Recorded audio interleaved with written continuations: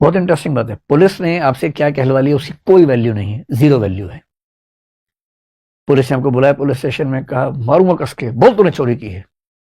कुछ डरना नहीं है, बोलेंगे हाँ मैंने चोरी की है, लिख दे तो मैंने चोरी की है। जब भी गवाही होती है ना, या तो होती है सेक्शन 161 में या होती है सेक्शन 164 में। कि अगर कोई व्यक्ति अभियुक्त है, आरोपी है, एक्यूज है, तो उसे स्वयं अपने विरुद्ध गवाही देने के लिए बाध्य नहीं किया जाएगा। संविधान निर्माताओं के सामने यह संकट था, और वो संकट होता ही, जैसे मैंने आपको नॉर्थ कोरिया के नाम से कहानी सुनाई, अगर पुलिस साबित करने पे आ जाए तो साबित तो हो ही जाता है। तो हमारी कानून व्यवस्था ने, जो कि उस समय हमारे संविधान की बहुत सारी बातें ऐसी हैं जो 1935 के एक्ट में थी, इंग्लैंड के सिस्टम में थी, आईपीसी हमारा, सीआरपीसी हमारा, इंडियन एविडेंस एक्ट हमारा, ये सब उस समय की अंग्रेज शासकों ने बनाए, जो इंग्लैंड के सिस्टम से मिलता जुलता था।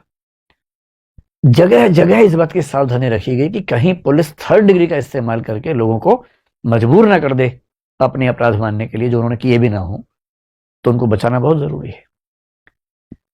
तो हमारे संविधान में, संविधान क्या है? संविधान का मतलब है सबसे महत्वपूर्ण और सबसे बुनियादी कानून जिस पर देश चलता है। बाकी भी कानून है, पर बाकी कानून उसके नीचे है, उसके अनुसार चलते हैं, लेकिन सबसे महत्वपूर्ण जो कानून होता है उसको बोलते हैं संविधान या कॉन्स्टिट्यूशन। हमारे कॉन्स्टिट्यूशन में एक आर्टिकल है 20, और उसका जो तीसरा भाग है 20, क्लॉज 3 जिसको बोलते हैं, उसमें एक वाक्य लिखा हुआ है, जिसका हिंदी सरल भाषा में भाव भी है कि अगर कोई व्यक्ति अभियुक्त है, आरोपी है, एक्यूज है, तो उसे स्वयं अपने विरुद्ध गवाही देने के लिए बाध्य नहीं किया जाएगा। Someone accused for any crime shall not be compelled to be a witness against himself. आप पर कोई आरोप लगा दिया किसी ने, आरोप तो कोई भी लगा सकता है, किस पे नहीं लगते आरोप।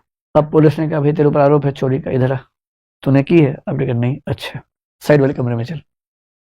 और वहां लाठी भाला तोप लेके आ रहे, मार मार के अंत में आदमी को लगता है यार चोरी मान लेता हूँ, ठीक है, ये तो जान से मार देगा। आपने कहा हाँ मैंने चोरी की, मैंने चोरी की। बोले भाई हम तो पहले कह रहे थे, चल लिख के दे मैंने चोरी की। मैंने कहा मैंने चोरी की है। अदालत में देखा है, हाँ जी इसने चोरी की है, वो लिख के दे रहा, बोल भी रहा है, रिकॉर्डिंग में है इसकी। पुलिस जज ने कहा अच्छा तुमने चोरी की है? आप कह रहे हाँ जी मैंने चोरी की है, तो जाओ फिर 1 साल के लिए जेल में। हो गया फैसला, केस बंद, पुलिस इफेक्टिव है, जबरदस्त तरीके से काम चल रहा है। पर ऐसी व्यवस्था तो हम में से कोई नहीं चाहता। तो संविधान ने लिख दिया भाई कि अगर कोई व्यक्ति अभियुक्त है तो उसको अपने विरुद्ध गवाही देने के लिए बाध्य नहीं कर सकते। आप कहेंगे बताओ तुमने किया है? नहीं, वो कहेगा नहीं पता, नहीं बोलूंगा, मैं अपने खिलाफ नहीं बोलूंगा किसी भी हाल में, मेरा कॉन्स्टिट्यूशनल फंडामेंटल राइट है, नहीं बोलूंगा। और ये राइट दुनिया के हर सभ्य देश में है, केवल हमारे देश में नहीं, हर सभ्य देश में है। फिर इस बात को और स्पष्ट करने के लिए एक कानून होता है सीआरपीसी, पता नहीं इसका नाम आप जानते हैं, क्रिमिनल प्रोसीजर कोड। एक है IPC, Indian penal code. IPC में लिखा है कौन सा काम अपराध है, कितनी सजा होगी, सब्सटेंटिव लॉ बोलते हैं। सीआरपीसी का मतलब है कि आपराधिक मामलों में अदालत में कार्यवाही कैसे चलेगी। क्रिमिनल प्रोसीजर कोड प्रोसीजर के बारे में।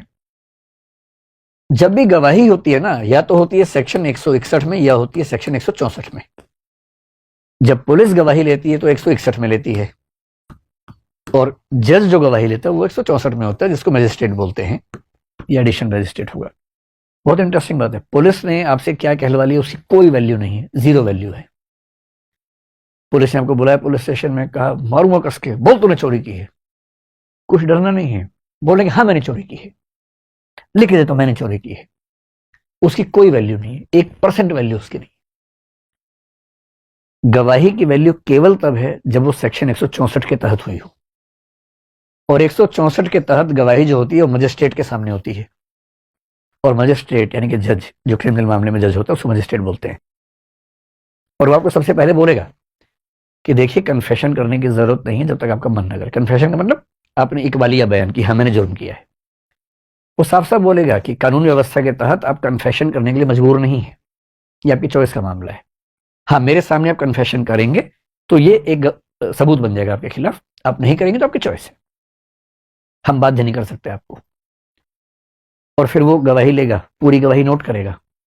नोट करने के बाद उस व्यक्ति को पढ़ के सुनाएगा कि भाई ये नोट किया है, सुन लो, ठीक है? वो कहेगा हाँ ठीक है, तब साइन करेगा वो व्यक्ति खुद भी, और जज भी साइन करेगा उस पर।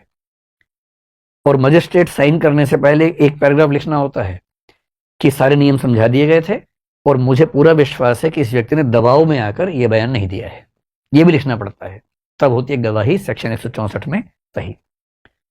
और इसी कानून के सेक्शन 281 में ठीक से बताया गया कि गवाही की नोटिंग की प्रक्रिया क्या होगी, तो इन दोनों को मिला के काम किया जाता है।